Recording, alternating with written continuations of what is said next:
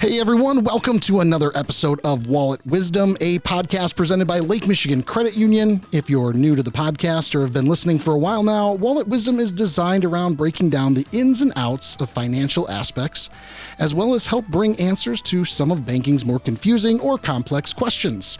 I'm one of your hosts, Brett, sharing the mic, my super fun and multi-talented co-host, Lo.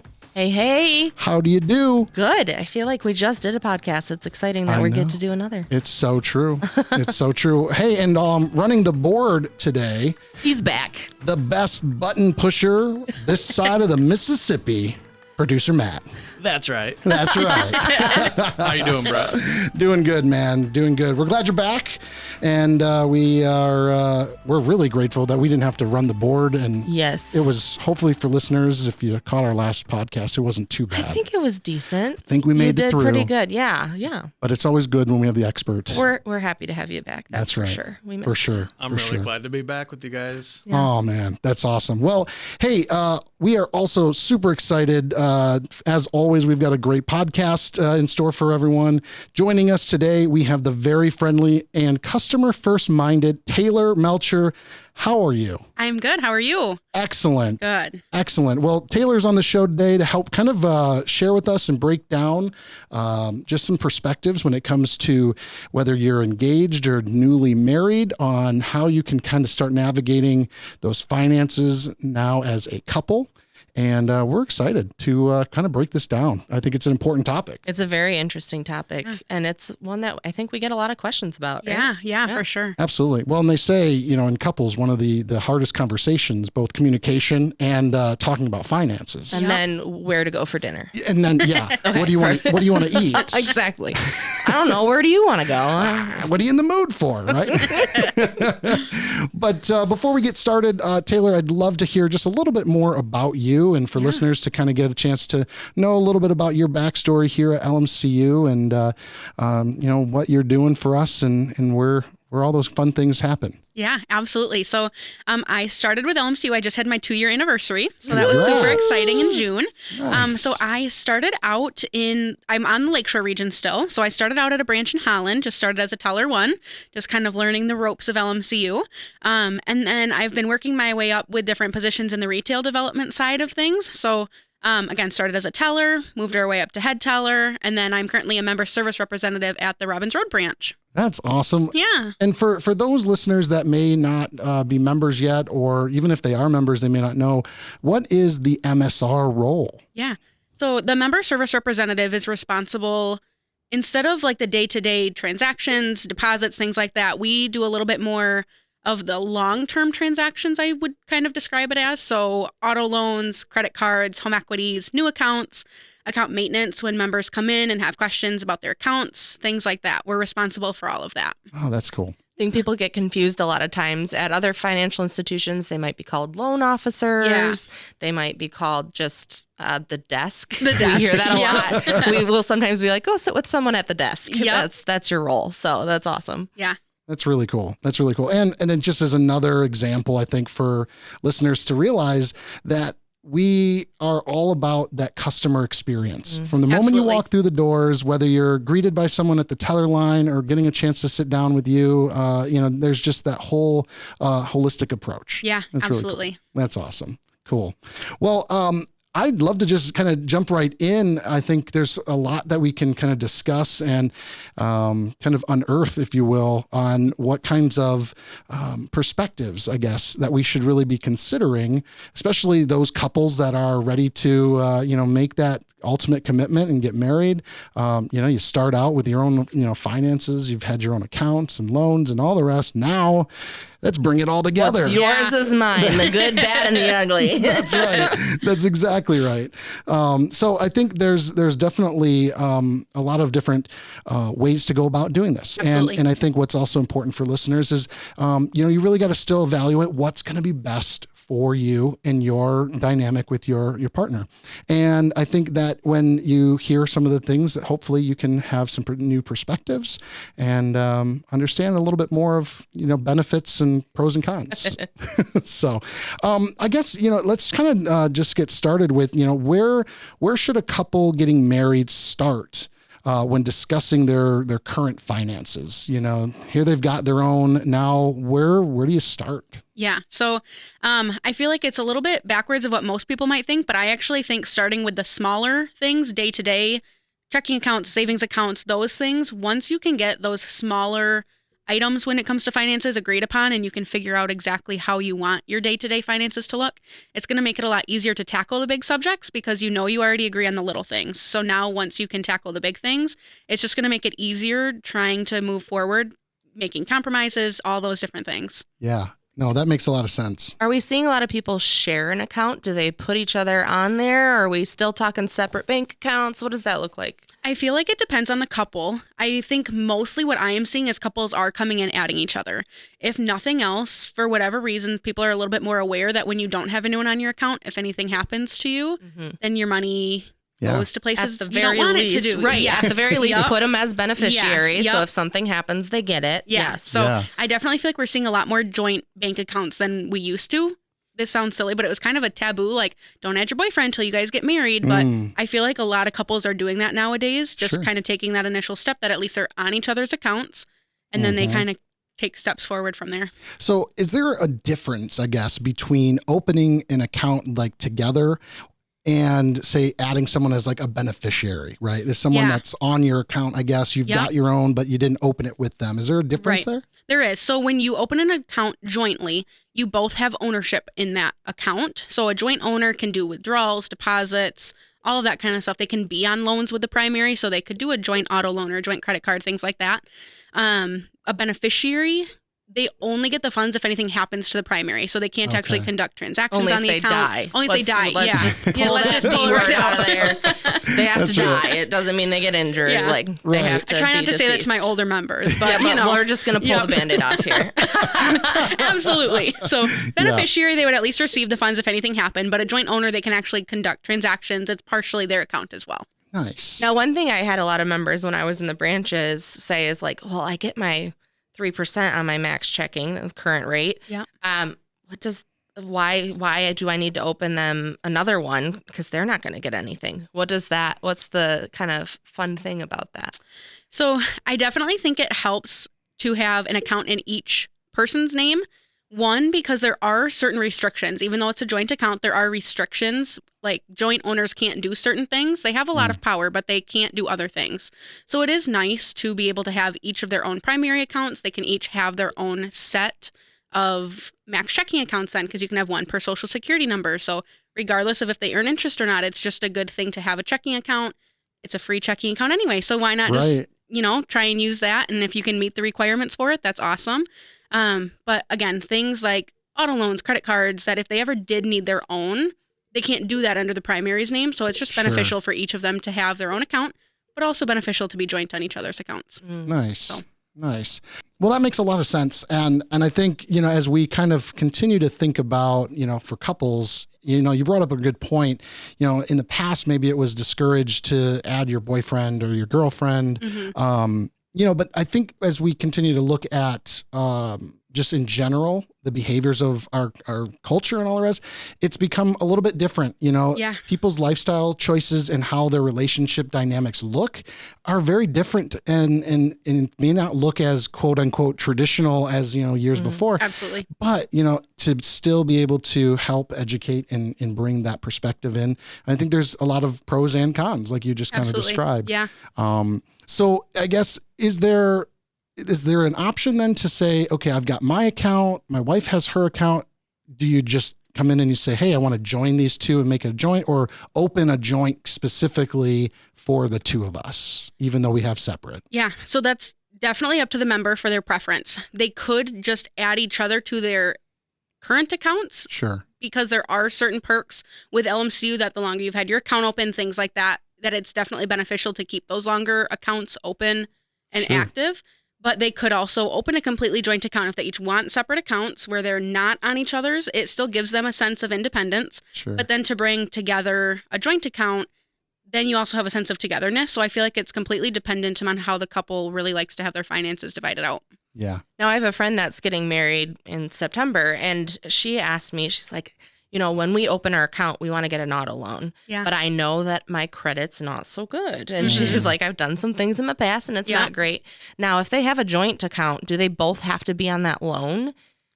So they don't necessarily, but the joint owner cannot take out a loan in the primary's name. So that's, again, where it could be beneficial for each of them to have an account. So let's say Sally is on Joe's account. She can't go take out the auto loan in Joe's name. So that's why it'd be beneficial then for her to have her own account. Or if they do both want to be on the auto loan, then they can both be on it and it's just in both of their names. And then it can stay on that account that they're joint on together. Huh. Perfect. That's cool. Yeah. So what I'm getting at, I think, or hearing is that there's a lot of great options, whichever way you kind of go about it. But at the end of the day, understanding there's privileges to being the owner of the account and then also what it means to be a joint user on that account. Yeah, absolutely. LMCU offers so many options for members too. So no matter what a couple prefers to do or how they're working together to try and combine everything. Lake Michigan Credit Union has so many options to be able to do that no matter what a couple wants to do, we should be able to accommodate that pretty easily. Nice. And I guess lastly on this kind of topic of like accounts and all the rest like that, in the unforeseen, case where unfortunately something didn't work out and they were joint, is there an easy process, I guess, to go through to remove someone, say that you added as a joint account user, and now you may want to revoke that, if you will? Absolutely. So when you're primary on an account, you've got a couple options. You could just close the account. So let's say that the joint owner is not being so cooperative and they're not willing to remove themselves. You could just close the account altogether. Otherwise, all it takes is a signature, and then the joint owner can remove themselves. A primary member can't remove a joint owner without their authorization. Sure. So if they come in, if the joint owner is willing to come in and remove themselves, they can do it that way. Super easy. We just need a signature on a form in the branch. Otherwise, again, if the circumstance isn't so great and they won't sign a form, then the primary owner can, in that case, just close the account and open a new account where they are the only ones on there. Sure. That makes sense. Yep. And I think too, I guess we were talking about beneficiaries. Can you change beneficiaries at different points and all the rest? A lot easier, probably. Yeah, at any time. Nice. The primary Daily, owner. If you want. Yes, exactly. As long as you're willing to keep signing the form. Yeah, absolutely. Again, just a signature. So if they're willing to keep signing, we're willing to keep updating that for them. That's cool. Yeah, that's really cool.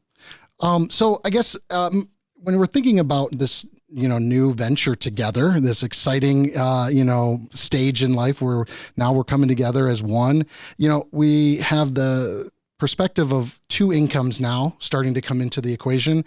Are there some budgeting tips that you might have when it comes to, managing those finances as like a couple and, now that you've got, two different incomes, how you're going to budget and what that looks like? Right, for sure. I definitely think my biggest piece of advice is finding what works for the couple, not one, not the other. There's obviously lots of great budgeting programs and other podcasts, things like that you can definitely learn from to budget and how to do that. But unless it's going to work for both of you, nobody's going to stick to it. Because the person who doesn't like the budget's not going to stick with it. And then the person who does like the budget's going to be mad at the person not sticking to the budget. So it's definitely something that you need to find kind of middle ground and what does work for you. Some people really love cash envelopes. Lake Michigan Credit Union offers sub-shares, which is great for budgeting. That's personally how my husband and I budget. Digital envelopes, right? So much more convenient. So it definitely works for both of us, but that might not be what works for Lo and her husband or for Brett, you. So it's nice that you just need to find the middle ground of what works for both of you. Yeah. Now, is there a way, I know personally that it's hard to keep track when two people are running cards out of the same account. Yeah. Like, how do we keep track of, my husband ran something, so now the budget's going to change or whatever? Is there a good, easy way to see things like that? Why is it gotta be the husband that ran? Because I have a husband. Sorry. Your significant other, your partner, we'll call it. That's great. Yeah. So thank you for keeping me in line. I love shopping, so whatever I'm it might feeling look more like. guilt The person that you might kind of like. Yeah, I don't know. There you go. I feel like there's a couple options. Logging into online banking, we have that mobile app. I think I log in like 8 times a day, especially now that we've got like facial recognition and everything. It's so easy to just log in, check your balances, check your history.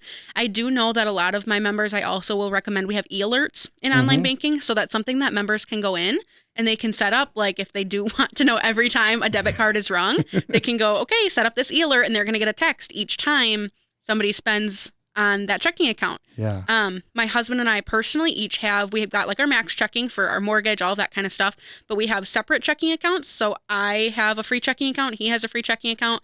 And we just know that we maintain our personal checking accounts, and then we've got our joint account. So that's the other nice thing with LMCU is you can rename subshares, you can rename checking accounts. So they make it, again, lots of options to figure out whether it's logging into online banking, e-alerts, separate accounts. There's lots that members can do to keep an eye on what that debit card or credit card transaction is looking like. Yeah, that's awesome. That's awesome. Yeah. And I think there's so many different areas of budgeting that I think require a little bit more understanding. Like you said, there's podcasts like Wallet Wisdom that you're listening to right now, but a lot of other podcasts. But if they're not looking to necessarily listen to something together or whatever, what options are there even in our own LMCU branches? Yeah. So maybe it's a couple that's engaged, they're ready to, tie the knot, but they wanted to sit down and hear a little bit or learn a little bit, have that dialogue, if you will. Yeah. Are there options for, people to stop into the branch or?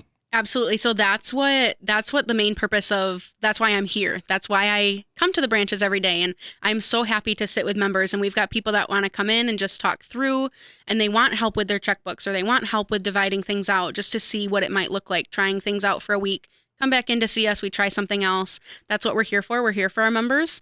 Lake Michigan Credit Union also now has the budgeting tool on the app that I know that they really have put a lot of work into. It's and so smart, too. It's so kind of scary. Awesome. Yeah. So don't look there if you don't want to know. How much money on food? Yeah. Right. So, and that's so convenient. Being right in online banking, members can come in, we can talk about it. They can pull that up while we're talking. So that's what we're there for in the branch. We're there to help them, support them. So if they have questions, they can come in anytime. That's so cool. That's so cool. Well, and also you recently have been married, if I'm not mistaken, right? I have, yeah. So you're kind of an expert in this right now, Yes. especially. When did you guys tie the knot? We tied the knot in September of 2020. Wow. Sort of the height of COVID. It was fantastic. Oh, big party.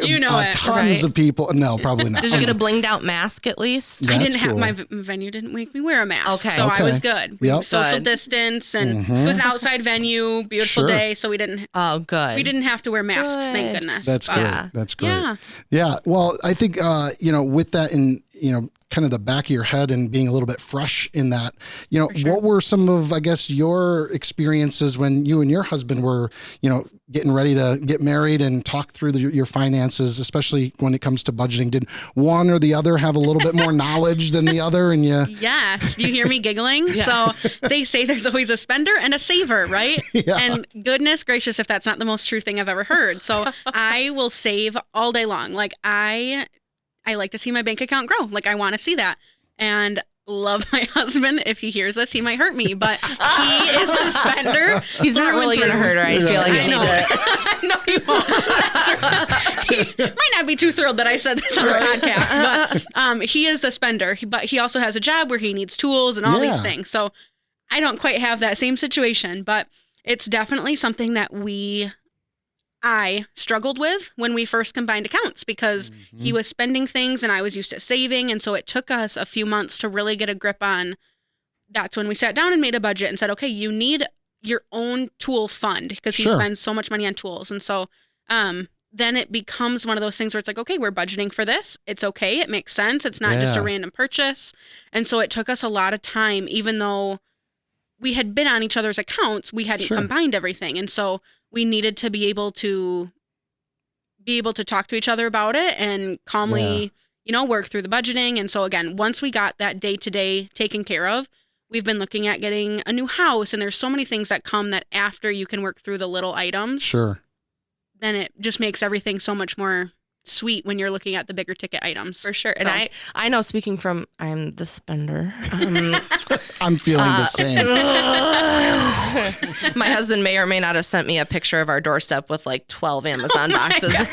We're buying a house, so It's fine. Yeah, it's you normal. have to. Yeah. Yes, exactly. Anyways, but from the spender, it's weird to have someone holding you accountable to that. Yeah. And I know personally, we've been married for almost 11 years. And I now know, like, hey, if we're going to make a payment for something over $100, that's when we check in with one another. Yep. Yeah. And so setting that guideline of where, do I have to check in with you to get a pack of gum? Like, what does this look like? Because at first, it felt a little extreme. So I personally would recommend to people, hey, have that discussion. What's our threshold where we need to check in with one another? Absolutely. Yeah. And I almost would say, and correct me if you guys think differently too, but I think when you look at it, especially for listeners that are just about ready to get married and they're not sure about a joint account and they're like, well, I've been living independently my whole life and I've got my own stuff and I can manage this and all the rest. And now there's another person that's kind of either holding you accountable or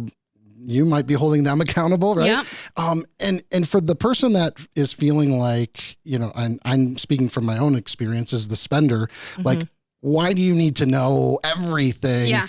It can come across to some people as like, I don't want to feel like I'm controlled, right? Right. But I think for listeners to just evaluate the situation a little bit more and see maybe a slightly different perspective that I eventually got to over a few years. My wife and I are celebrating, I think, 13 years, 14, 13, something like that. But I think what I've learned the most is it's not about control. It's about accountability. It's about expectations that are being set well, right? So that you've got people when you're coming into that relationship and the joint account, you're just setting appropriate expectations. Yeah. Because when you don't communicate about it, then you don't know if one person's expectation is a different set versus another. Right. And you just lose perspective if you're not communicating those out. Because once you set them, I feel like you really can. 100%. You don't feel like you're under any kind of control because you've had that dialogue, right? And that's why the key was that my husband now checks in with me at a purchase over $100. Like, hey, I'm looking at this. That's and that makes me feel so much better. That's why it's just finding that compromise. Like, I'm a saver, he's a spender. Yeah. It's not about, no, you can't spend anything. And it's not about me, you have to save everything. It's finding that middle ground. We actually do something very similar to Low is if there's a bigger ticket item that we know would either have to come out of a different type of account or things like that, like we'll check in. And it's just about the communication of making sure that we're both on the same page and finding that middle ground that works for both of us. Yeah. Man, this is our special edition of Wedded Wallet Wisdom. That's right. There you go. That's right. We're now in marriage counseling Love podcast. and marriage.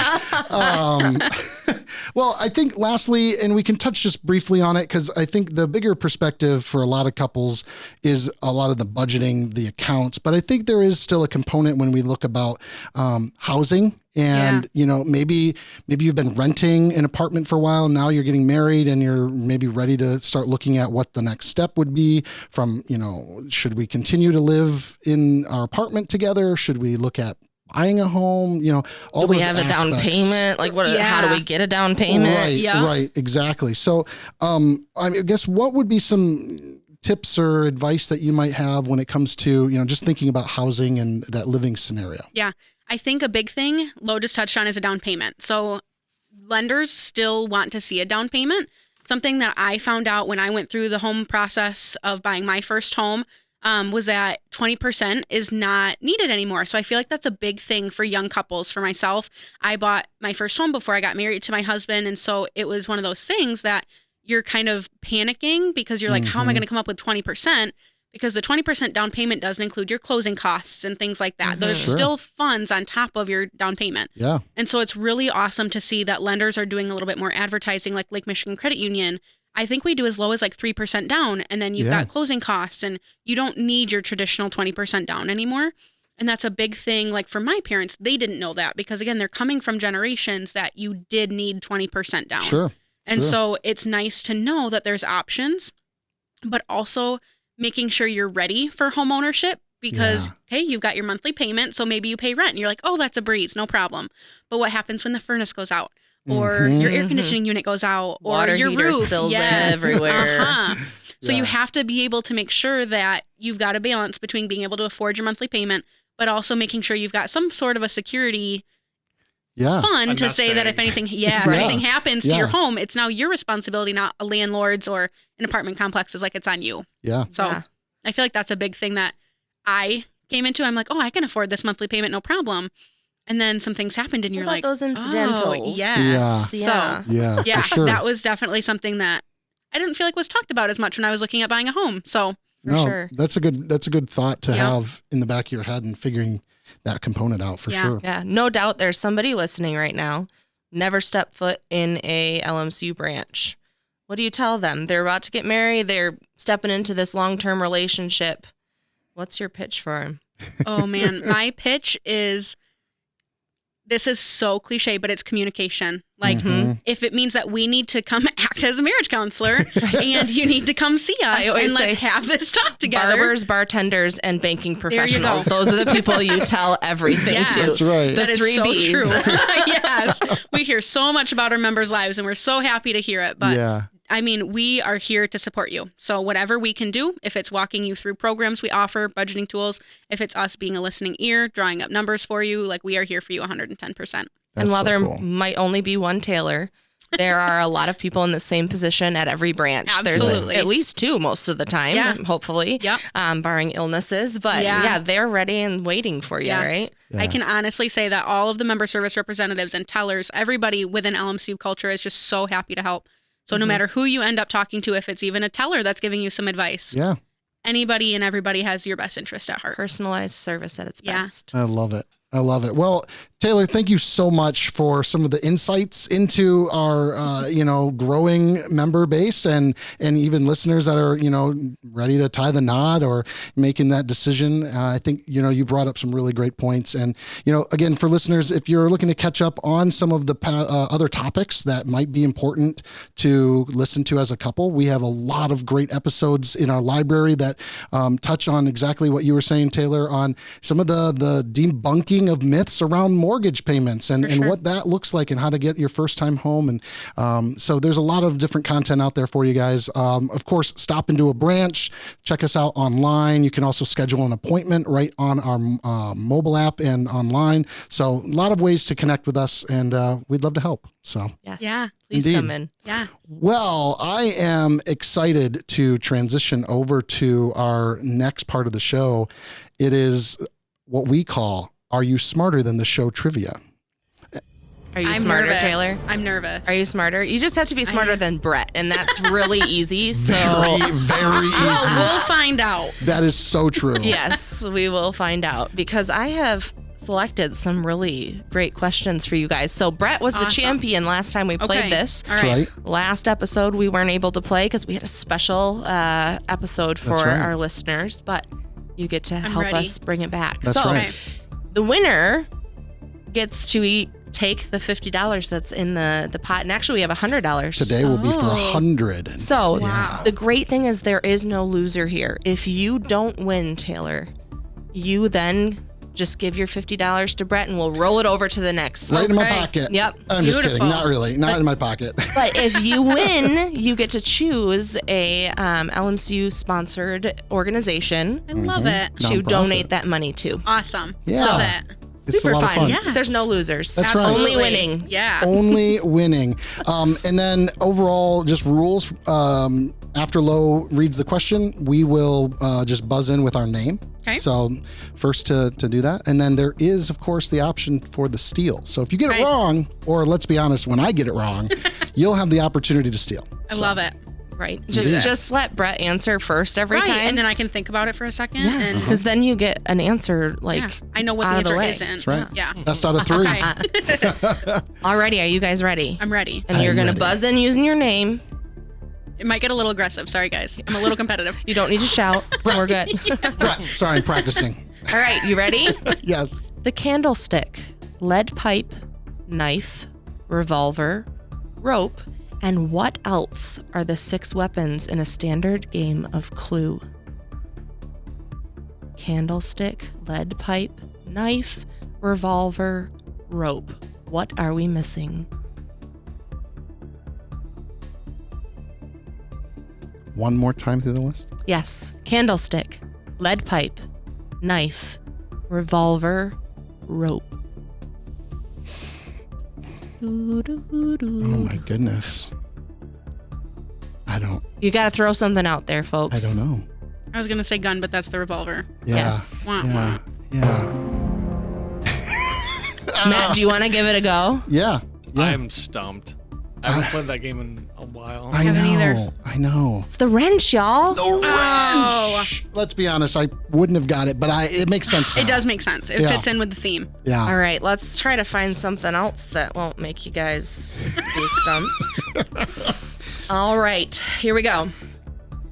Which British girl group had a member by the name of Mel B? Brett.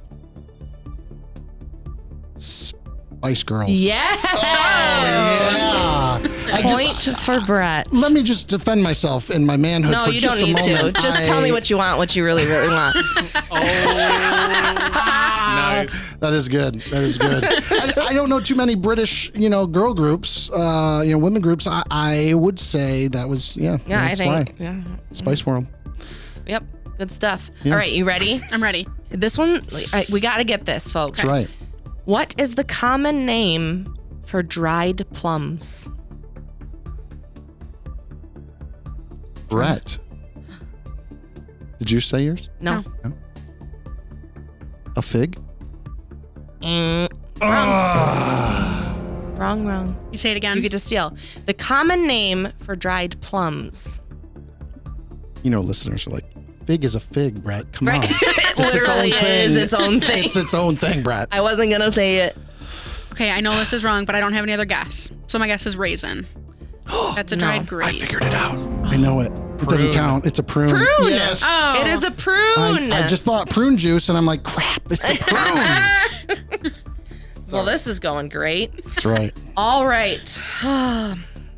Here we go. This one's a famous quote. You just have to tell me who said it. Float like a butterfly, sting like a bee. Brett. Yes. It's technically to win. It is technically to win. Okay. That would be the great Muhammad Ali. Yes, it is. Very good. May he rest in peace. That's right. And I'll tell you who's floating like a butterfly over here and stinging like a bee on trivia. Whoo, that means Me. next time we have 150 on the 150 table. will be on the table for the Wow. next Person to win. And I'll be, of course, So returning. thank you for donating your $50 You are towards the welcome. pot. That's That right. was You're so welcome. generous of you.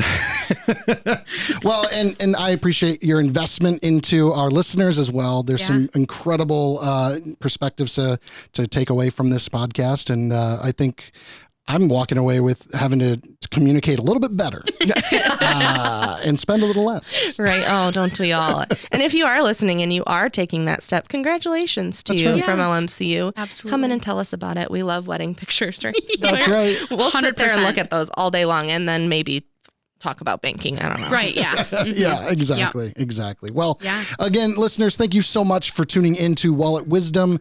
Be sure to subscribe if you're not already. If you know some people that you might think need a little bit of wallet wisdom in their life, share it on your social platforms. Whatever works. We're on Facebook, Twitter, Instagram.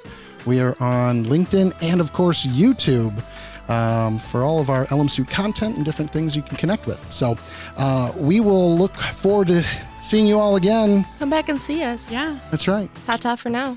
Ta-ta. Thanks for listening. The information provided in this podcast by Lake Michigan Credit Union is general education or marketing in nature and is not intended to be accounting, legal, tax, investment, financial, or other advice. Statements of individuals are their own, not LMCU's. All topics discussed are information of a general nature and do not address the circumstances of any particular individual or entity. Consult an appropriate professional concerning your specific situation. As of the date of publishing and any future date this podcast is broadcast, all rates, fees, payments, or other specific figures discussed are subject to change and are dependent upon your specific financial situation. All loan products discussed are subject to credit and collateral approval. You alone assume the sole responsibility of evaluating the merits and risks associated with the use of any information or other content in the podcast before making any decisions based on such information or other content. In exchange for listening to the podcast, you agree not to hold LMCU, its affiliates, or any third-party service providers liable for any possible claim for damages arising from any decision you make based on information or other content made available to you through the podcast. For more information on any of the content discussed in this podcast, please visit LMCU.org. Copyright Lake Michigan Credit Union, federally insured by NCUA. Equal housing lender. LMCU, NMLS ID number 442967.